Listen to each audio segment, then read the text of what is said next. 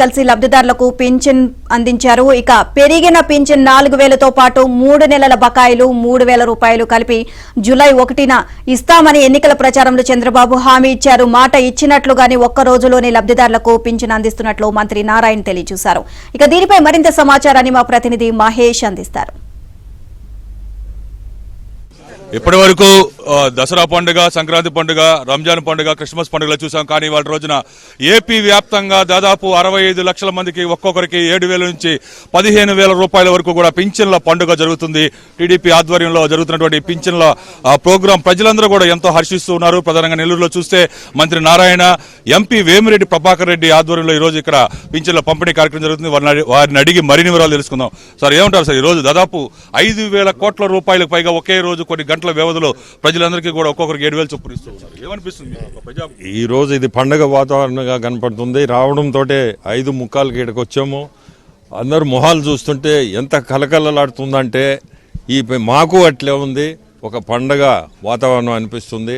ఈరోజు అందులో 7,000 ఇవ్వడం, ప్రతి ఒక్కరు కూడా 7,000 ఇస్తారా అనే ఒక డౌట్ ఉండొచ్చు. కానీ 7,000 చూడంగానే ప్రతి ఒక్కరు మొహంలో కూడా తెలుస్తుంది ఆనందం. సార్, దాదాపు 65 లక్షల మందికి 5,000 కోట్లకు పైగా ఒకే రోజు, ఈ రోజు మొత్తం కూడా రాష్ట్ర వ్యాప్తంగా ఒక పండుగ వాతావరణం నెలకొంది. ప్రజలు ఏమంటున్నారు మీరు వెళ్ళినప్పుడు? ఈరోజు ఎలంవారి దీన్ని 246వ బూత్కి ఉదయం 5:45కి వచ్చామండి. నేను వేమిరెడ్డి ప్రభాకర్ రెడ్డి గారు. అయితే ఇక్కడికి రాగానే ఇక్కడ ప్రజల యొక్క ముఖాలు చూస్తే ఒక దీపావళి పండుగ అలాగా వెలిగిపోతూ ఉంది.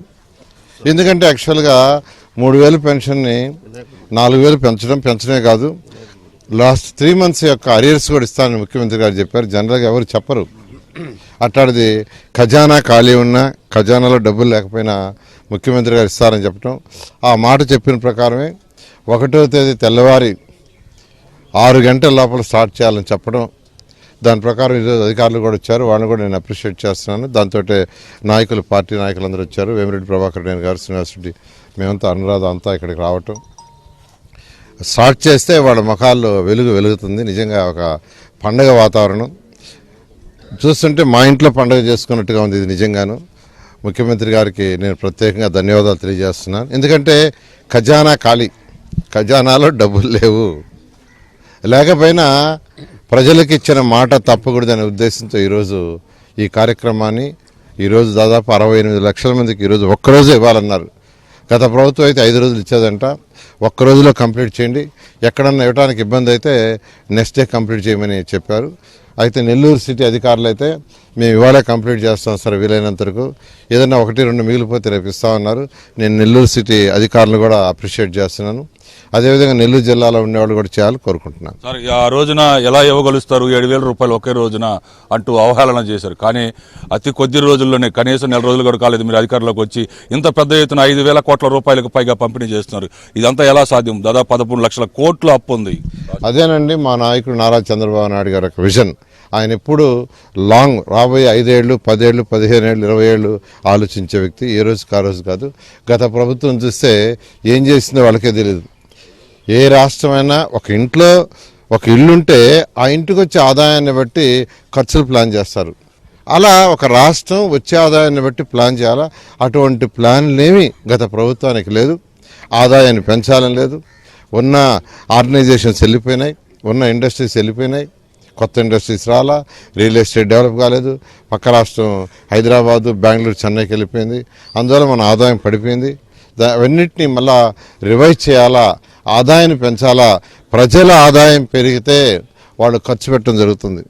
ఖర్చు పెట్టడం పెరిగితే ప్రభుత్వానికి జిఎస్టీ రూపంలోనూ అనేక రూపాయల ట్యాక్స్ వస్తాయి. ఆ వచ్చిన డబ్బుల్లో సగం ఇలా నిరుపేదలకు సంక్షేమాలు చేయగలం, సగం వచ్చి రోడ్లు, డ్రైన్స్, డెవలప్మెంట్కి చేయలేం. అలాంటి విజన్ నాయకుడు చంద్రబాబు నాయుడు. ఖచ్చితంగా ఆయన ఆధ్వర్యంలో రాబోయే 5 సంవత్సరాలు ఈ రాష్ట్రం ఎంతో పురోగతి జరుగుతుంది.